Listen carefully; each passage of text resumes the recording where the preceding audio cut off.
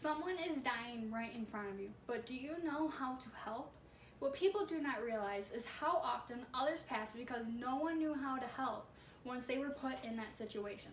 This topic is important to me because I am going into the medical field for radiology, and someone's life may be in my hands one day. I need to be ready, we all do. Today, I'll be informing you how to be able to evaluate the situation, know who needs to be called, and what to do to be effective, and what to do once the code is over. There are many things that may be running through your mind when you see someone coding, but what you really need to know is how to help that person in their time of need.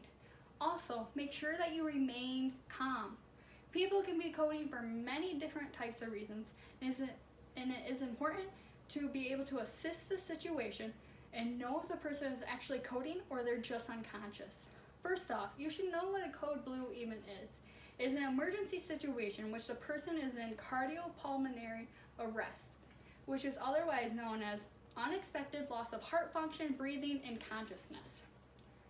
According to the nursing journal Scrubs, people can be coding from heart attacks, strokes, pretty much anything that can stop the heart. Also, you need to make sure your patient is not DNR. DNR is known as do not resuscitate, and if they are, there is no need to call a code. Once you assist the situation, you need to be able to tell if they are breathing or even have a pulse. BLS adult cardiac arrhythmism says to check for breathing by watching the chest 5 to 10 seconds.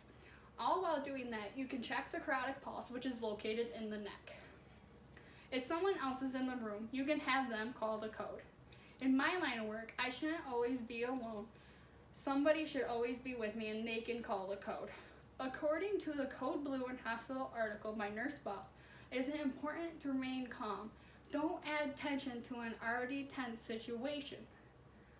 Next, you should call for help. Know who needs to be called and why you are calling them.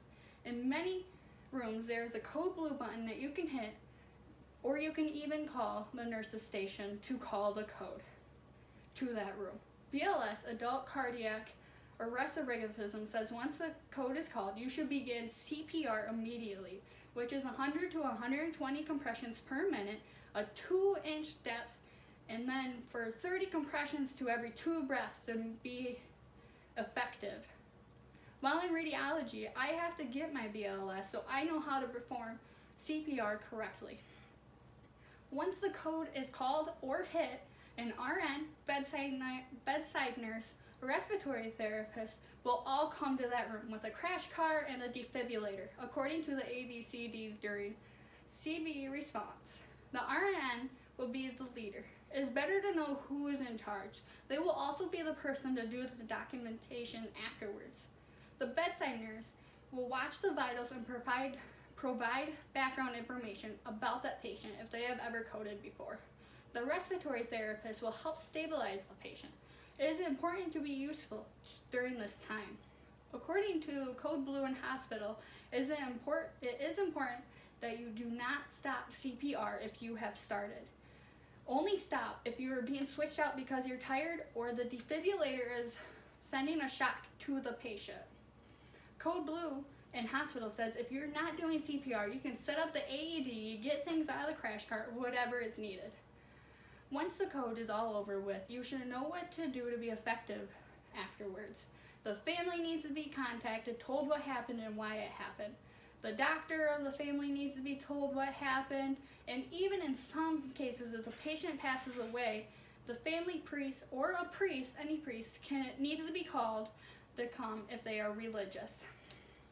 Afterwards, you need to take all the equipment out of the room and restock it from any pads that you used, needles, anything that you use needs to be put back in there so it is ready for the next code that is called. In the end, there is always some way you can help or be useful during the situation. You need to know if it is actually a Code Blue. Once you establish the whole situation, then you should know who is coming to aid you, how to help, and what to do once it is over with. I hope this helps you know more how to save someone's life once you were put in this position.